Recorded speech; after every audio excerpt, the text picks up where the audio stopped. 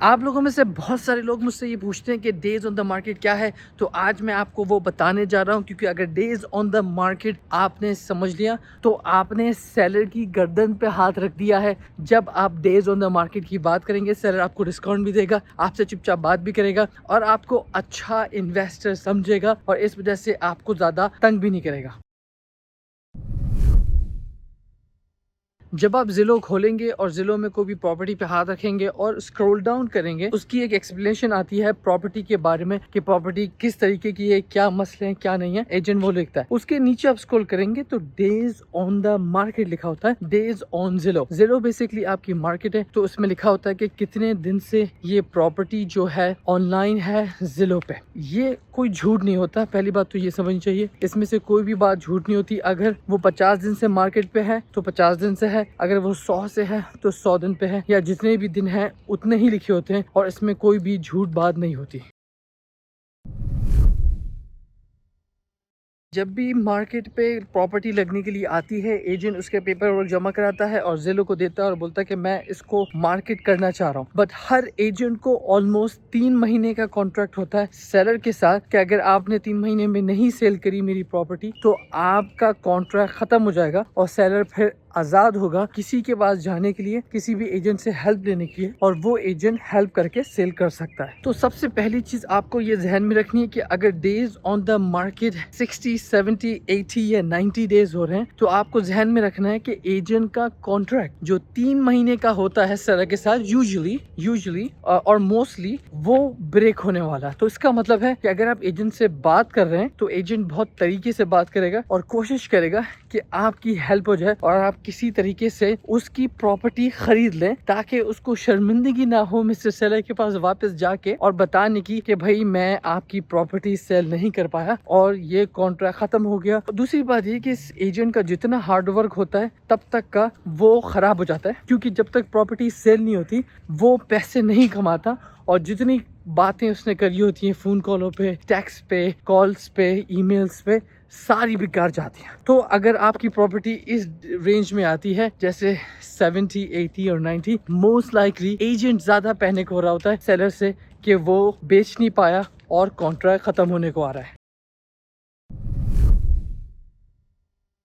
एक और बात आपने जहन में रखनी होती है कि जब भी प्रॉपर्टी मार्केट पे जाती है, अगर प्रॉपर्टी 10 से 20 दिन तक मार्केट पे है और बिकी नहीं है तो इसका एक बहुत बड़ा मतलब ये होता है कि प्रॉपर्टी अपने मार्केट की वैल्यू से ज्यादा लगाई हुई है। फॉर एग्जांपल, अगर 100,000 की प्रॉपर्टी है तो उसने लगाई हुई होगी 120 या 130, और अगर ऐसा है तो जाहिर है लोग नहीं खरीदते और वो बिकती नहीं है और वो फिर मार्केट पे पड़ी रहेगी जब तक मिस्टर सेलर प्राइस कट करके नीचे नहीं आता और मार्केट के लेवल पे नहीं आता, तब तक प्रॉपर्टी सेल नहीं होगी। तो जब भी आप प्रॉपर्टी देख रहे हैं, अगर 10 से 20 दिन से ज्यादा हो गई है तो आप प्रॉपर्टी के ऊपर जाके चेक करेंगे, उसमें रेड से लिखा होगा प्राइस कट। आप कुछ सेलर 10,000 करें, 5,000 करें, 15,000 करें, ये डिपेंड करता है कि कितनी जल्दी सेलर ने प्रॉपर्टी को निकालना है और सेल करना है। तो आप इसको टारगेट कर सकते हैं। और दूसरा, अगर सेलर ने नहीं किया हुआ प्राइस कट और 15, 20, 25 दिन से प्रॉपर्टी लगी हुई है तो आप जाके सेलर को ये बात बोलें और उसको बोलें कि भाई आपकी प्रॉपर्टी इतनी वर्थ नहीं करती और ना ही मैं आपको इतने पैसे दूंगा, इस वजह से मैं 30% ऑफ मांग रहा हूँ आपकी प्रॉपर्टी पे जिसमें कोई काम नहीं है। अगर प्रॉपर्टी में ज्यादा काम है तो ऑफ कोर्स आप 30% नहीं मांगेंगे, आप उससे ज्यादा डिस्काउंट मांगेंगे, मे बी 40% या 50%। जब एजेंट प्रॉपर्टी को लिस्ट करता है वो अपने नाम और अपनी कंपनी के ब्रोकरेज के नाम से करता है, जिस कंपनी में वो काम कर रहा है वो, और अपना नाम और अपना फ़ोन नंबर। जब 3 महीने का वक्त ख़त्म होता है या कॉन्ट्रैक्ट जितने लंबे का होता है वो ख़त्म होता है तो ऑटोमेटिकली एजेंट को जाना पड़ता है ज़िलों में और लिस्टिंग को रिमूव कराना पड़ता है, और लिस्टिंग को रिमूव करके अपना नाम हटाता है और वो खत्म हो जाती है। अगर मिस्टर सेलर को तब भी सेल करनी है प्रॉपर्टी तो वो किसी और एजेंट को हायर करेगा, वो एजेंट जाएगा, अपना नाम लिखेगा और उसको पब्लिश कर देगा। अब यहाँ पे सबसे ज्यादा इम्पोर्टेंट बात यह है कि जब बंदा पहला एजेंट लिस्टिंग को रिमूव करता है और दूसरा एजेंट लिस्टिंग को डालता है तो डेज ऑन द मार्केट 100 या 90 से 0 हो जाते हैं और फिर लिस्टिंग 0 से स्टार्ट होती है। तो आपको अगर वैसे आंखें खोल के देखें तो आपको लगेगा यार ये प्रॉपर्टी सिर्फ एक दिन की लगी हुई है मार्केट पे, बट अगर आप स्क्रॉल डाउन करें नीचे जाएं जहां पे लिखा होता है प्राइस हिस्ट्री और उसको चेक करें तो आपको पता चलेगा कि प्रॉपर्टी को लिस्ट किया था, फिर प्रॉपर्टी को रिमूव कर दिया था, फिर प्रॉपर्टी को लिस्ट किया था। तो अगर ऐसा है तो आपने मेक श्योर करना है कि आप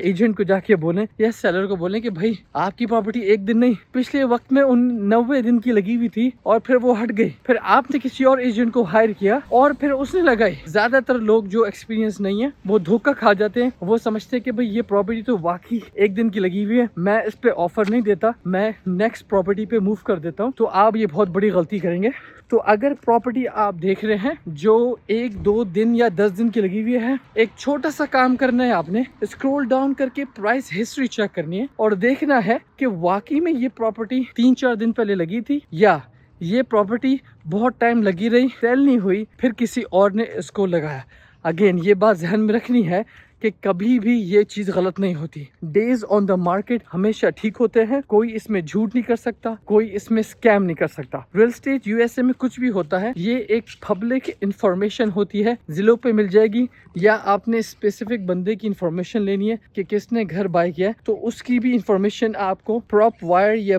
प्रॉप स्ट्रीम जैसी कंपनीज पे मिल जाएगी। इसको आप छुपा नहीं सकते, इसको आप वक्ती तौर पे हाइड कर सकते हैं, बट वो असली में होती नहीं है। एक और चीज़ जो डेज ऑन द मार्केट आपको ये भी बताती है कि अगर प्रॉपर्टी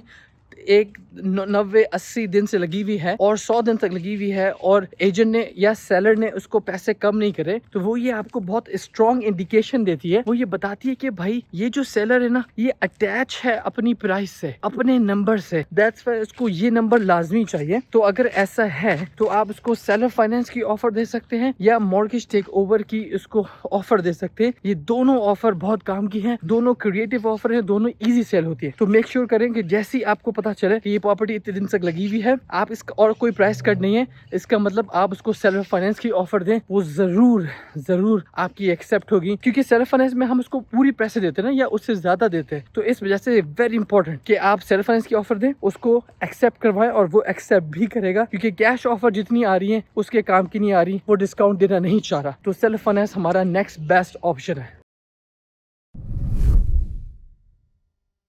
ये थी एक डेज ऑन द मार्केट की छोटी सी वीडियो, मैंने क्विकली आपको बताना चाहा ताकि जब आप देखें डेज ऑन मार्केट आपको समझ आ जाए कि कौन सी डील अच्छी है, बुरी है और आप जल्द से जल्द अपनी डीलें क्लोज करें और ज्यादा से ज्यादा पैसे कमाएं। मैं आपसे मिलता हूं नेक्स्ट वाली वीडियो में, तब तक के लिए बाय बाय।